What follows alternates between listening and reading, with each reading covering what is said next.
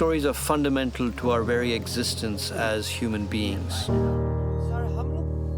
They've been incorporated into our daily life since time immemorial. People connect to stories more than anything else.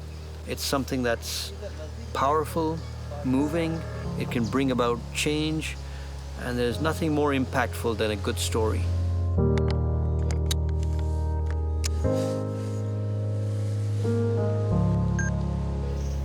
My name is Sandesh Kadur. I'm a National Geographic Fellow and a documentary filmmaker. The kind of stories I like to tell are stories of people, places, wildlife, natural history. My journey definitely started right here in India. My very first camera was a camera that I used to borrow from my father. He had an ancient Nikkor mat film camera. I used to be very sparing with photography. The camera was only used to help me document an insect or a butterfly or a reptile or a frog. And slowly it evolved into something much more than that.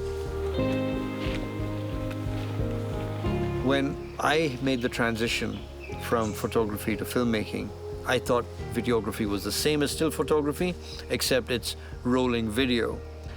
And it's only when I started editing that I realized that my beautifully composed shots are not leading from one to the other to the other.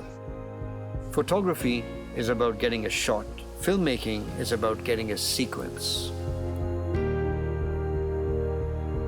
There are so many aspects that you need to keep in mind when you're telling a story. You need to pay attention to sound, you need to pay attention to light, you need to pay attention to building a sequence. The process of learning is never ending. You're learning all the time. You keep getting better at it at every step of the way, and you never want to feel like you know it all already. It took a lot of trial and error before the transition happened from being a photographer to becoming a filmmaker. There's no path where you can go, okay, step 1, step 2, step 3, okay, I'm there. It's a path that's very much like a river. You really have to just meander your way, and then, like a river has rapids, there can be some very turbulent times in this field. You don't immediately get thrown work unless you can prove that you can do that job. And that takes a lot of personal sacrifice, that takes a lot of personal effort, and a personal interest in wanting to do that more than anything else.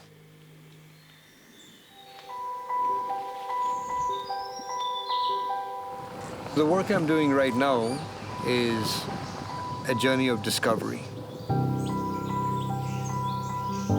The Buddhists have this term called a Beyul, and these are hidden wildernesses that are literally paradises left in the care of tigers, heavy mists, and their remoteness. And unfortunately, a lot of these Beyuls are under threat because these are places that could possibly be dammed or destroyed. And I think that these Beyuls now need art and science in order to protect them into the future. This is one particular Beyul called the Pemako. It stretches all the way from southeastern Tibet into India. And this is the Siang River. The Siang itself means the heart of water.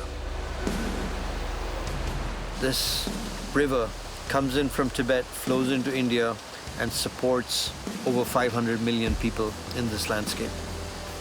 And there are many stories that need to be told in order to protect the sanctity of this landscape.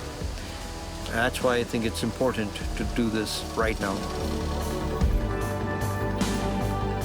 I want to be able to document the nature and culture of this landscape. Unless you show these places and unless you bring a spotlight on them, people will ignore these landscapes and they can be destroyed in front of your very eyes.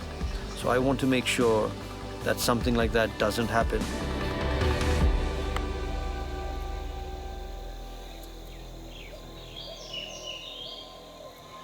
Visual imagery has the ability to transcend boundaries imposed by language. An image doesn't need a language to get the message across. The image speaks for itself. So I think learning to tell stories through video can really empower students in getting their message out to the world. You know, in the past it was very difficult to get into documentary filmmaking, but now, with where technology is at, you can make a powerful, compelling story just with your mobile phone. And that itself is exciting. And when we can teach students to harness the power of video to tell a good story, then they can bring about changes in their own community. As a documentary filmmaker, I go to these beautiful, unexplored landscapes, trying to uncover their secrets, to put it to audiences around the world and hopefully generate empathy so that people care. When you can get them to engage, when you can get them to empathize on your subject, then you have ambassadors. And hopefully they will be the ones that can help you protect these places into the future.